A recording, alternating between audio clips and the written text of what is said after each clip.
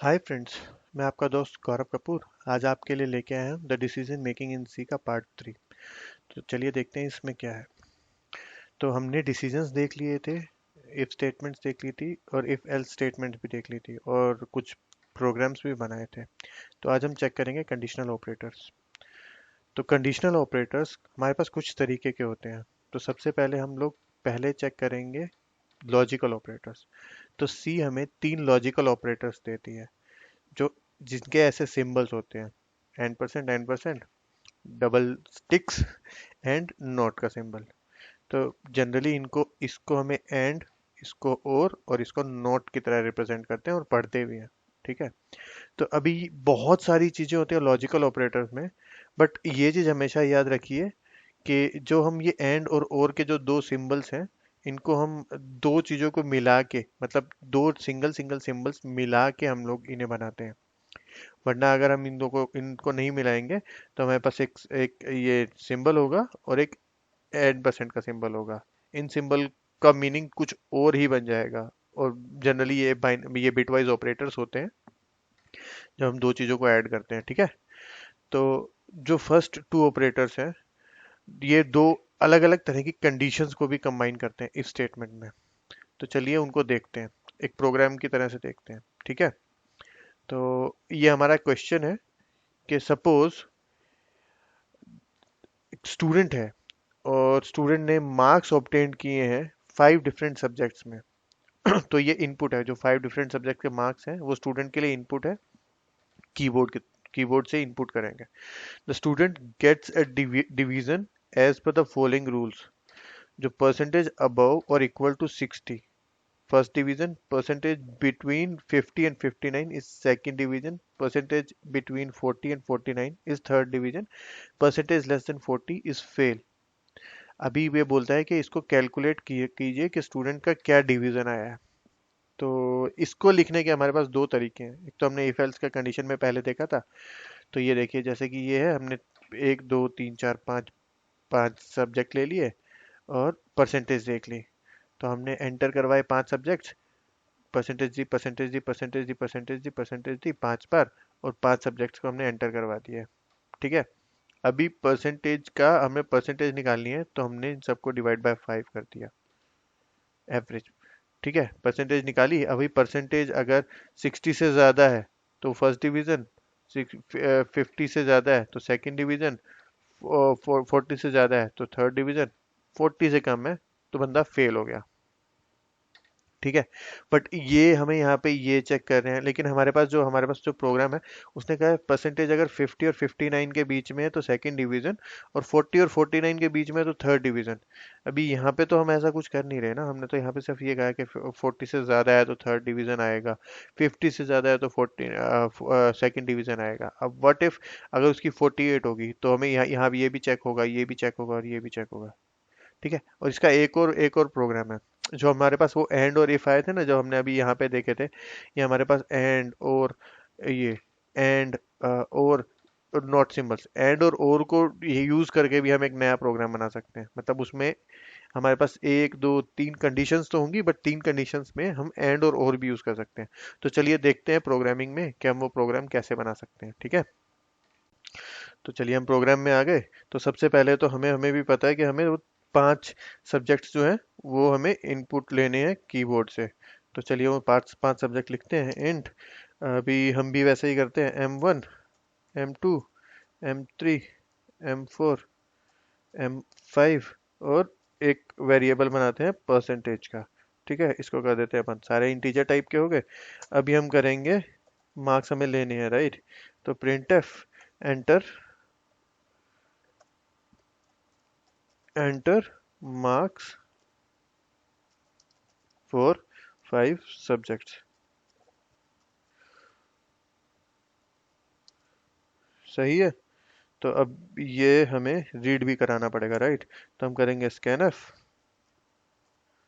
अभी हमें 5 बार इनपुट चाहिए, तो 5 बार इनपुट के लिए हमें करना पड़ेगा 5%d, right. Percentage D, comma, percentage D, या कोमा अगर नहीं भी लगाएंगे तो हर बार इनको परसेंटेज डी को हमें 5 बार करना होगा। तो चलिए इतना कौन टाइप करे। कंट्रोल से कंट्रोल भी करते हैं, 3 4 5, और इसको थोड़ा थोड़ा स्पेस दे देते हैं। वैसे भी ये डबल क्वाड्स के अंदर है, तो कोमा लगाया या नहीं लगाया तो कोई फर्क नहीं पड़ेगा, राइट। अभी किसके चाहिए हमें? हमें चाहिए हमें चाहिए M1 M2 M3 M4 M5 का, ठीक है। तो n%M1, n%M2, n%M3, n%M4, n%M5। तो हमने पांचों की हमने ले लिए इनपुट, ठीक है। अभी हमें निकालना है, जो हमारे पास फॉर्मूला है वो है PER, यानी कि परसेंटेज इक्वल टू, ये हम अर्थमेटिक ऑपरेशन करेंगे, M1 plus M2 plus M3 plus M4 plus M5, ठीक है, डिवाइड बाय कितने सब्जेक्ट्स थे? 5। तो ये कर दिया हमने ये। अभी आती है असली बारी। अब हमें देखना है कि हमारे पास कंडीशंस क्या क्या थी। तो चलिए कंडीशंस देख। जो हमारे पास कंडीशन है वो पहली है परसेंटेज अबव और इक्वल टू 60, ठीक है। तो चलिए इसको देखते हैं। तो अब लिखते हैं हम इफ स्टेटमेंट में परसेंटेज परसेंटेज अबव मतलब परसेंटेज बढ़ा हुआ या इक्वल टू 60, ठीक है। अगर ये आता है तो हमारा जो यूजर है, जो हमारा स्टूडेंट है, उसको मिलता है passing division, first division, right. तो इसको करते हैं प्रिंट एफ, और इसको दे देते हैं फर्स्ट डिवीजन,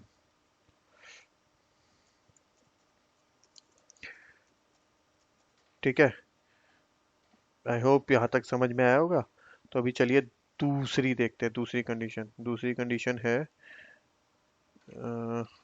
तो दूसरी कंडीशन है percentage between 50 and 59 is second division. तो इसको भी अभी करते हैं। तो यहाँ पे हमने गलत लिख दिया था। तो यहाँ पे अभी इसको करने के लिए हमें परसेंटेज को 50 और 59 के बीच में रखने हैं, राइट।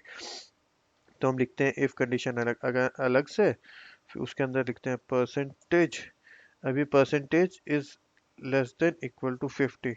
अभी यहाँ पे जो था वो हमारे पास ये था परसेंटेज बिटवीन 50 एंड 59, मतलब उसमें हम 50 को भी इन्वॉल्व करें और 59 को भी इन्वॉल्व करेंगे। जैसे ऊपर हमने 60 को भी इन्वॉल्व किया था ना, 60 से ज्यादा मतलब 61 से 100 तक, और प्लस 60 को भी इन्वॉल्व किया। अब यहाँ पे हम 50 को भी इन्वॉल्व कर रहे हैं और 59 को भी इन्वॉल्व कर रहे हैं, ठीक है। तो हमने ये ग्रेटर देन का मतलब 51 से, और इक्वल टू का मतलब 50 को भी इन्वॉल्व कर लिया, ठीक है। अभी हम यहाँ पे ऑपरेटर यूज करेंगे, क्योंकि हमें 50 से लेके 59 तक सबको चेक करना पड़ेगा, राइट। तो हम इसके अंदर एंड ऑपरेटर यूज करते हैं, मतलब एंड के अंदर 50 से लेके 59 तक, राइट।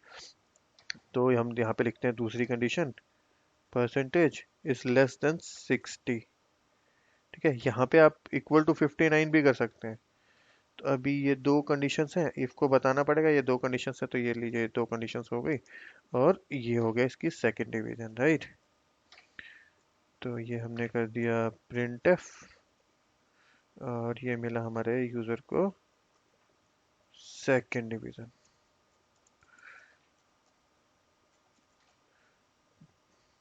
Make sense. अभी हमारे पास जो थर्ड कंडीशन है वो देखते हैं। जो थर्ड कंडीशन है वो है percentage between 40 and 49, then third division. तो उसको भी ऐसे ही करेंगे। अभी इसको हम करते हैं कॉपी, यहाँ पे करते हैं पेस्ट। अभी ये है 40 और 49, मतलब 40, 41, 42 से 49 तक, मतलब 50, राइट। इससे कम, ये देखिए 40 से 49 तक यहाँ पे, ये 50 से एक कम यानी कि 49, और 40, और 40 से ज़्यादा। जैसे ऊपर था 50 और 50 से ज़्यादा, और यहाँ पे 59।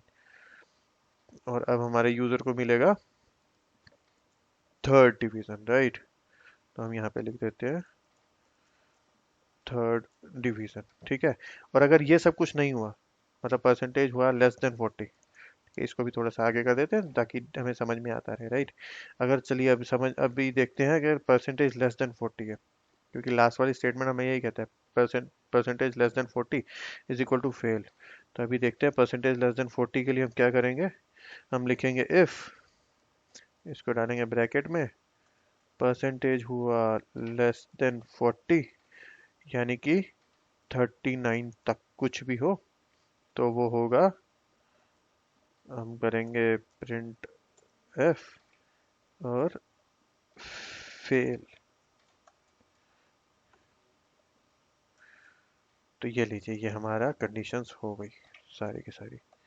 अभी अब देखिए, जो पिछले वाली कंडीशंस थी जो हमने पार्ट 1 देखा था, उसके अंदर इतना सब कुछ नहीं था, राइट। तो चलिए इसको पहले कंपाइलर रन करते हैं। तो हमने इसे बिल्ड किया और हमारे पास कोई इश्यू आया? हमारे पास अभी तक कोई इश्यू नहीं आया और ये चुपचाप रन हो गया। अभी चलिए हम इसको डालते हैं 70। हमें 5 डालने, राइट।